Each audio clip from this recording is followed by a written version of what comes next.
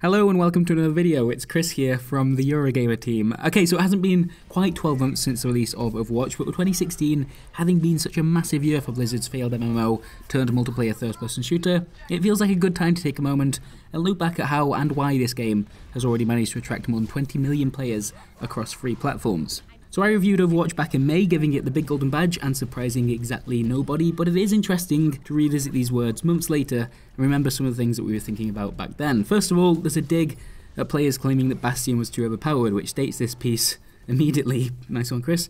But as well as that, it's a relief to look at this paragraph towards the end, in which we're looking to the game's future, the possibility of ranked play, new heroes, new maps, such exciting, unimaginable things. Could Blizzard, we hoped, maintain such an impressive relationship with its community as Overwatch transitions from beta to full release and as it adds these new features? Well, you know what? I think it's safe to say they've done alright there.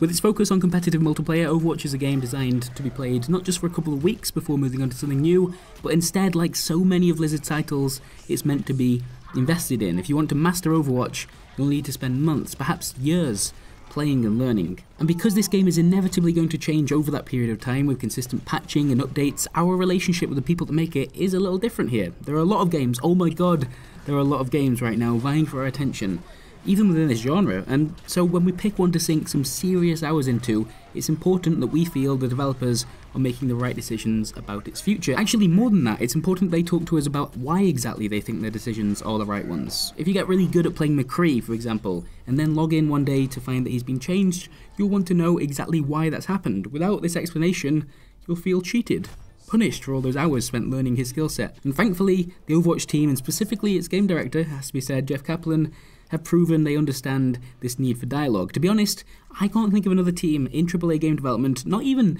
within Blizzard, that has managed to maintain such a transparent relationship with its community. Whenever a topic blows up, whether it's balance changes, the introduction of a new hero, server tick rate, changes to competitive play, Tracer's butt, whatever it is, each and every time someone from the team gets in front of a camera or responds on the forum or agrees to an interview and impossibly manages to sound like an actual human being as they explain what Blizzard is thinking and doing to address the concerns players may have. Alright, Overwatch is an incredibly good game. As many people have already said, this is a developer that understands how to make characters with fun abilities. They've always done that. And when it comes to polish, you know, the small things, the opening of a loot box, the sound design, the reload animations, these people are incredible at what they do. And because of that, this game was a huge success from the moment it launched back in May, but the reason it continued to hold on to that player base in the months following and even expand upon that is because this team knows how to communicate. There have been so many moments like this. A hero like Anna is released, and alongside that you get a breakdown of her abilities and a story, but you also get 12 minutes of Kaplan explaining how the team expects her to fit into the Overwatch meta, and interviews in which other people from the team talk about other ideas that they had that never quite worked, and a willingness to talk about why that was the case. It's not just, here's a new character, enjoy, it's here's a new character and also let's talk about our entire design process and see what you think.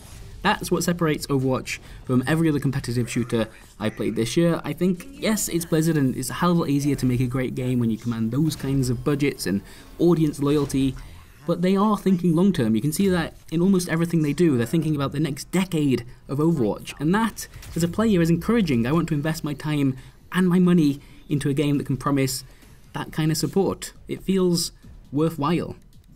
Also, the animated shorts are brilliant and that helps as well. Okay, Overwatch was my game of the year in 2016, can you tell? And it's one that we're going to be keeping an eye on throughout this year as well, because the game keeps changing. We're expecting new heroes, new maps, new modes, all sorts of stuff throughout 2017.